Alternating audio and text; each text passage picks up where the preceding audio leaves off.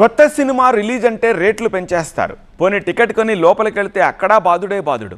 20 రూపాయల పాప్కార్న్ 200 అంటారు. 30 రూపాయల సమోసాకి 300 రేట్ పెడతారు.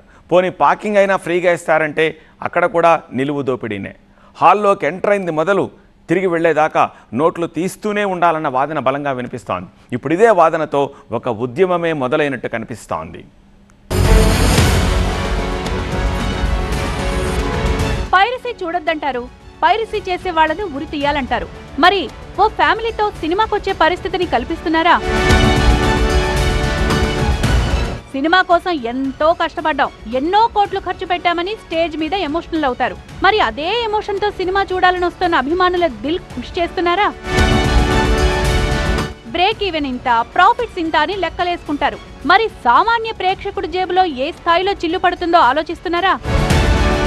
ఎస్, ఇప్పుడివే విషయాల చుట్టూ తెగ చర్చ నడుస్తోంది. సినిమా హాళ్లు, మల్టీప్లెక్స్లు దోపిడీ కేంద్రాలుగా మారాయనే మాట బలంగా వినిపిస్తోంది. సామాన్యుడు సరదాగా కుటుంబంతో కలిసి సినిమా చూడాలంటే ఓ భారీ బడ్జెట్టే వేసుకోవాల్సిన పరిస్థితి వస్తోందంటూ ప్రోగ్రెసివ్ యూత్ లీగ్ PYL ఓ ఉద్యమాన్నే చేస్తామంటోంది.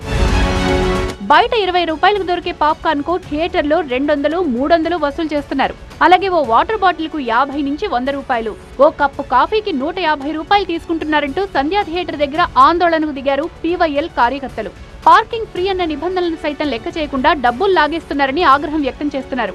ఈ దోపిడీని అరికట్టాలంటూ సంతకాల సేకరణ కార్యక్రమానికి సైతం పూనుకున్నారు. ఈ సంతకాలన్నింటినీ సంబంధిత అధికారులకు అందజేసి దోపిడీని అరికట్టేలా పోరాటం కొనసాగిస్తామంటున్నారు. 30 రూపాయలది 300కి అమ్మడము, 40 రూపాయలది 400కి అమ్మడము, ఒక టికెట్ ధరకు మించి రెండింతలుగా వసూలు చేస్తా ఉన్నారు.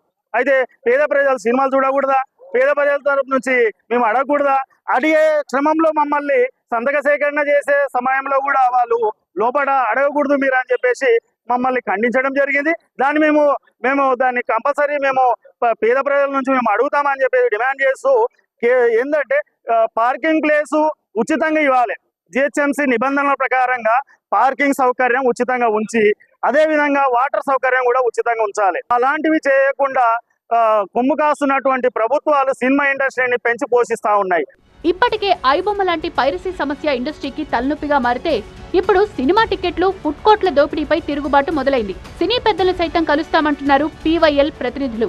పైరసీ ఇంతలా విస్తరించడానికి, జనం పైరసీ సినిమాలకు అలవాటు పడ్డానికి విపరీతంగా పెరిగిన ఈ రేట్లే కారణమనే వాదన వినిపిస్తున్నారు. అటు అన్ని వర్గాల ప్రేక్షకుల నుంచి కూడా ఇదే అభిప్రాయం వ్యక్తమవుతోంది.